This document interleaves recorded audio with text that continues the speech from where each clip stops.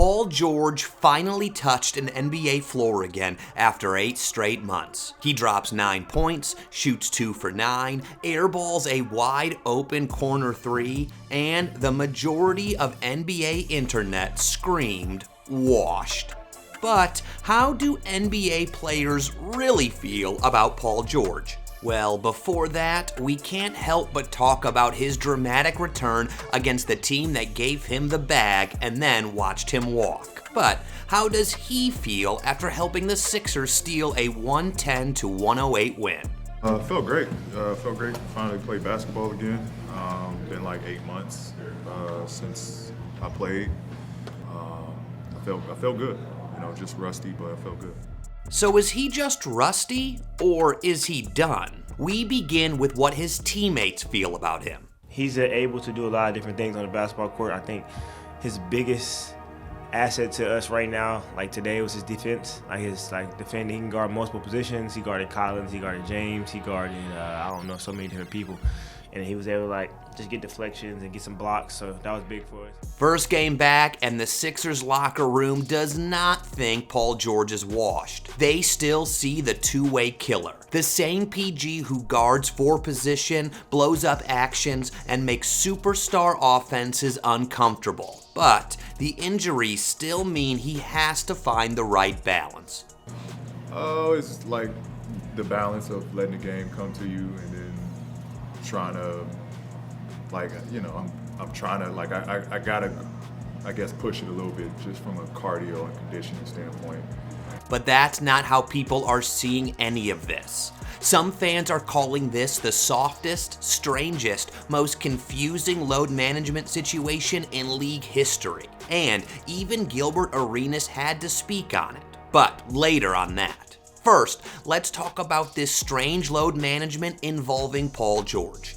So Paul George finally returns after missing the first 13 games. Looks solid on defense, rusty on offense, but by the very next day, he's ruled out again. Here's Chandler Parsons' perspective. Honestly, I'm such a Paul George fan to where I hope I see him get back to that level that he was once at. And again, this seems to be the question with Philly, with him, with Joel Embiid, now with Jared McCain. So they've been going through this a lot. When you watch these highlights again. And that's the frustration with Philly fame. It's not just Paul George, but because we all know what he's capable of, he's being made a scapegoat. But while the timeline was tearing him to pieces, for Gilbert Arenas, it's just one big sad business. You know, at this point, there's no point in rushing PG back. It's his body, not the talent, right? So to see his body not holding up for him so he can just, keep his career going is kind of sad. That's not slander. That's not trolling. That's a former All-NBA guy saying, "I've been there. I know what it feels like when the talent is still elite, but your body stops cooperating." But here's where things get wild, because even with all this load management noise and the disrespect, some of the most decorated players in the league still show respect to PG. And just wait until you hear Andre Iguodala's wild statement. But first, let's hear what his former teammate and friend Russell Westbrook said. Oh man, it's been great. It's been amazing, man. He's such a great talent on and off the floor. And, a great friend of mine. I'm happy that he's in Oklahoma City, and hopefully we can keep him here. But although Westbrook and Kevin Durant do not agree on a lot of things, both agree on PG's greatness. He's my favorite player in the league. I've been saying that for a while. Just so smooth, man. Can do it all. Can pass, can rebound, defend, shoot the J, post up, handle the ball. He's my favorite player. So what did Iguodala say? Well, he believes that Kevin Durant is the most talented player in the NBA. But guess who he considers second? Like Paul George, I always say this, Paul George is the second most talented player in the NBA. Now that's the kind of statement you don't say by accident. That's a statement from someone who knows exactly how hard it is to do what PG can do at 6'8" with that handle, that jumper, and that defensive IQ. Now, although some of these statements were made a few years back, it still shows you something important. Players never stopped believing in Paul George. They never stopped respecting the bag, the footwork, the two-way ability, and the feel for the game. Aging? Yes. Inconsistent availability? Absolutely. But not absolutely washed. But if the league holds him in such high regard, why do fans and media keep calling him soft like it's his first name? There's a reason, and it goes all the way back to one moment the internet loves to forget. And just wait to see how DeMar DeRozan puts the situation into perspective. People don't remember what actually happened. Paul George's entire life changed in the blink of an eye in 2014. Team USA scrimmage, a routine chase down block attempt, and then the leg bent the wrong way. The silence, the stretcher, the shock. Most careers end right there. Most players never come back the same, if they even come back at all. But fans today act like that moment never existed. They see one bad game and yell soft like it's a punchline. But listen to DeMar DeRozan here. I always tell young guys, it's like me and PG was playing in the game, he got hurt. And people don't talk about what it takes to even recover, to come back and be even a better player from something like that. Mm-hmm. You know what I mean? Then he doubles down. It's crazy. Like the mentality, the work ethic, everything that go on that mental type of mind. Shit, everybody don't have that, bro. I'm telling you, everybody don't have that. And he's right. That injury wasn't something you just bounce back from. PG didn't just return, he came back better. All NBA seasons, MVP level stretches, 45-point playoff nights on one leg, Olympic gold, elite defense, plus a skill set that evolved instead of fading. Soft? Heck no. That's elite mental toughness.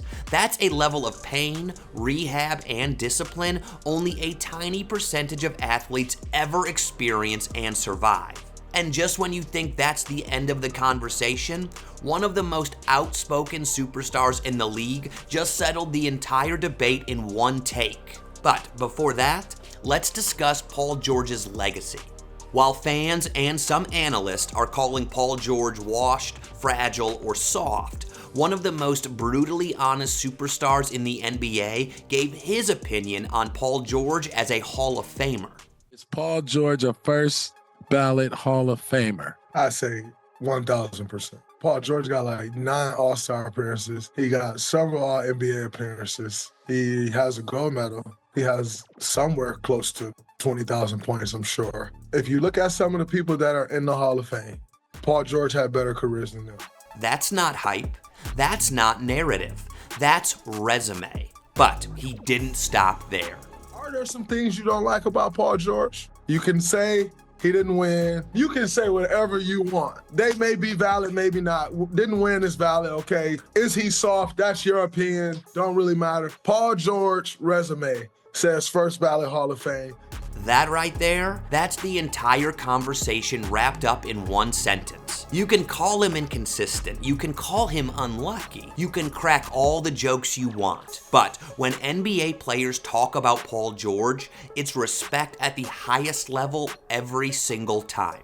9 All-Star selections, 6 All-NBA teams, Olympic gold, elite two-way prime years, over 20,000 points. And somehow, he gets treated like he's Nicholas Batum with a podcast. And, by the way, it is worth noting that he's also having a successful career podcasting, just as he has the respect of most, if not all, NBA players. Although the exception is probably Kawhi Leonard, whose opinion here is hard to understand. I don't feel like it's going to be harder for me personally. I didn't look at, for anybody I'm on the court with, I don't look at him to be my savior.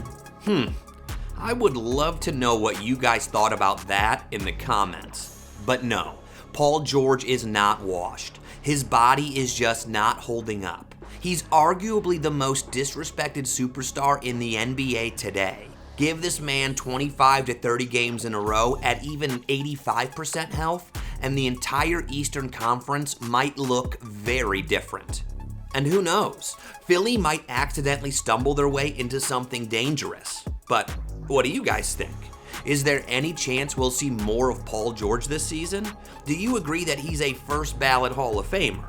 And should the Sixers run this back with Embiid and Maxey? Or should they flip PG before the deadline? Let us know your thoughts in the comments. And if you're interested in how NBA players feel about Giannis Antetokounmpo, then watch this video next.